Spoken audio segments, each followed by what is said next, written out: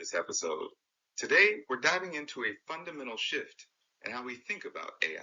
The common assumption is that AI actually thinks or understands like we do. Yeah, and that's a big misconception.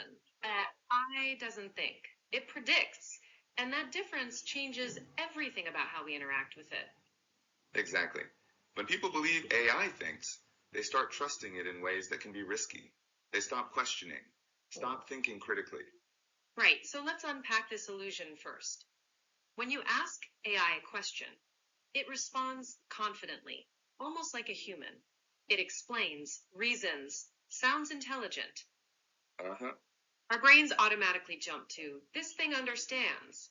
But the truth is, it doesn't.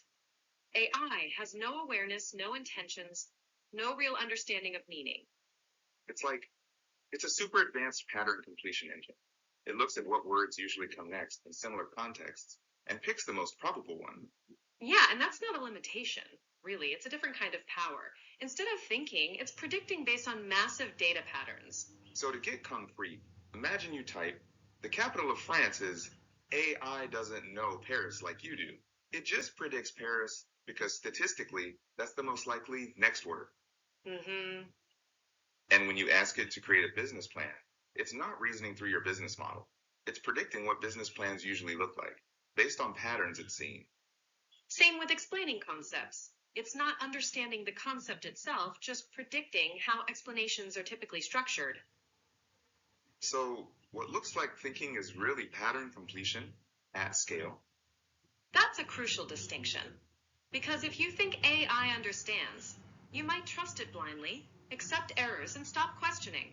Yeah, and that's dangerous. But if you see AI as a predictor, you become an operator.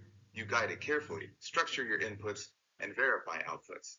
Most people are still users, just consuming AI outputs passively.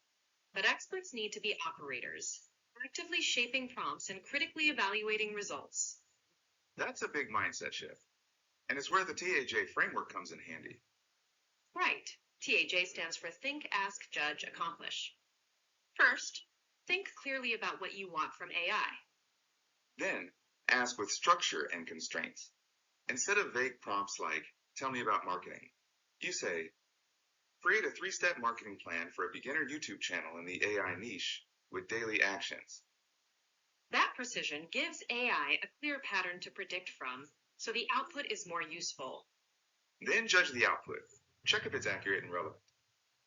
And finally, accomplish. Turn that output into real action. This framework helps avoid the trap of vague inputs leading to vague outputs. Exactly, because AI is really a mirror of your thinking. If your input is fuzzy, the output will be fuzzy. So the real skill isn't just using AI, it's thinking clearly enough to guide AI effectively.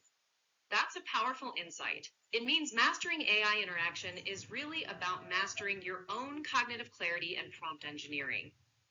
And that has big implications for expert workflows and decision making. Absolutely. So to wrap up, remember, AI doesn't think for you. It responds to your input. The quality of its response depends entirely on how clear and structured your thinking is. And in the next episode, we'll explore how AI is not truth, but probability, and how that changes how much you should trust it. So don't just use AI. Understand it. Then make it work for you. Thanks for listening.